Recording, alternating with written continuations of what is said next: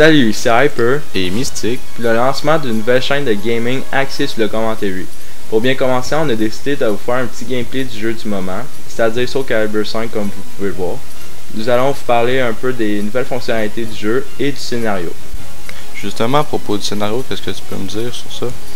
Ben, j'ai pas beaucoup joué au scénario. Qu'est-ce que je peux te dire, que je me rappelle, c'est ça se passe en 1607. Puis Siegfried, comme on le connaît dans Soul Calibur 4, il était l'ancien porteur de Soul Calibur, c'est la grosse épée en glace. Puis en fin de compte, c'est plus lui qui l'a, c'est Patroclus, c'est le nouvel élu de l'épée. D'après j'ai pu comprendre, qu'est-ce qu'il veut faire lui, c'est sauver sa sœur qui est infectée. Puis en retrouvant les pouvoirs de l'épée, ben il pourra justement la sauver. Là. Ok, ça c'est la seule chose que tu as réussi à avoir. Ouais. T'as joué combien de temps? Pas gros, pour vrai, j'ai joué peut-être 15-20 minutes. Là. Puis est-ce que tu as fini le mode scénario du 4? Ouais, je l'ai fini au complet. Ça te semble être la suite, c'est une nouvelle histoire inédite? Je dirais que c'est la suite, parce que ça a rapport, parce que Siegfried, justement, il y a plus l'épée, fait que c'est une belle histoire. C'est une transition, enfin, du 4 au 5. Ça. Juste pour décrire un peu la game que vous avez sous les yeux, c'est une partie en mode versus qui comporte 5 rounds. C'est le premier qui a 5 victoires cumulatives. Moi, je suis le personnage à droite, là, Jésus Super Saiyan, avec un nom fucké. Moi, je suis Nightmare. Ah oui, avec l'épée, avec un gros œil. Ouais, je suis vraiment viril. Au niveau des graphismes, je pense que c'est le point le plus marquant du 5. C'est vraiment beau pour eux, comme on peut le voir. C'est quelque chose. Là. Fait que pour ceux qui possèdent le 4, la raison pourquoi acheter le 5, est-ce que ça serait les scénarios ou ça serait autre chose? Je dirais que c'est surtout les graphismes et le online, c'est surtout le online, la raison pourquoi les personnes achètent ça. Là. La communauté était-tu active au 4 ou ça a tombé mort?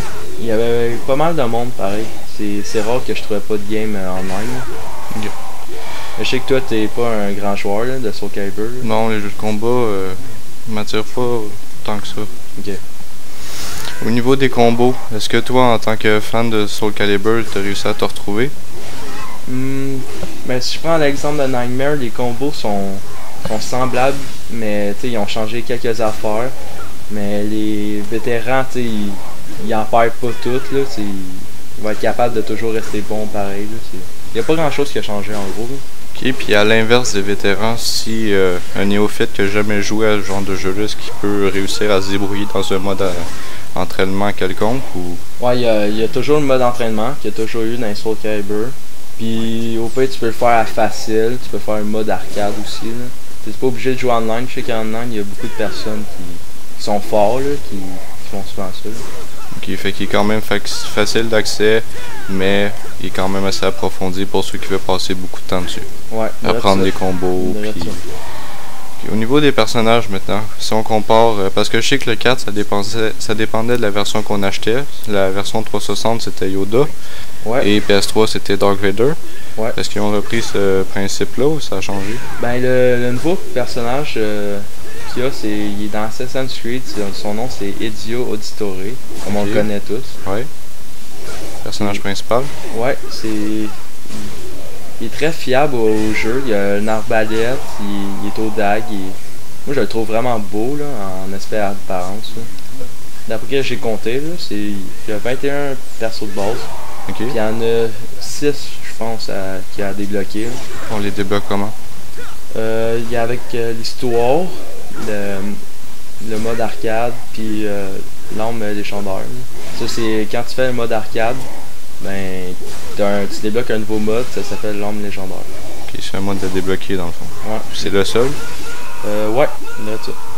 Et, si on continue dans l'optique des personnages, pour la personnalisation, je sais que c'était un atout gros pour Soul Calibur. Est-ce qu'il est toujours présent, amélioré, changé? Ça n'a pas vraiment beaucoup changé. Tu as toujours droit à un maximum de 50 persos en mode créatif. Puis c'est vraiment semblable à Soul Calibur 4 d'après ce que j'ai vu.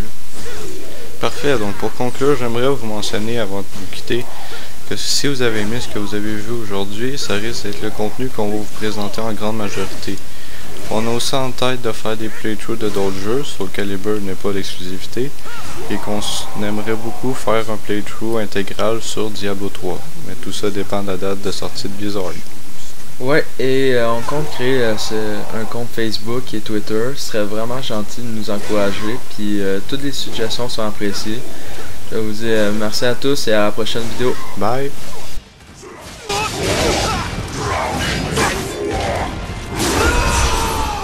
KO.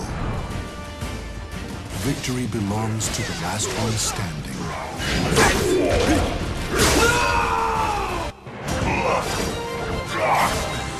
I shall drown the world in both!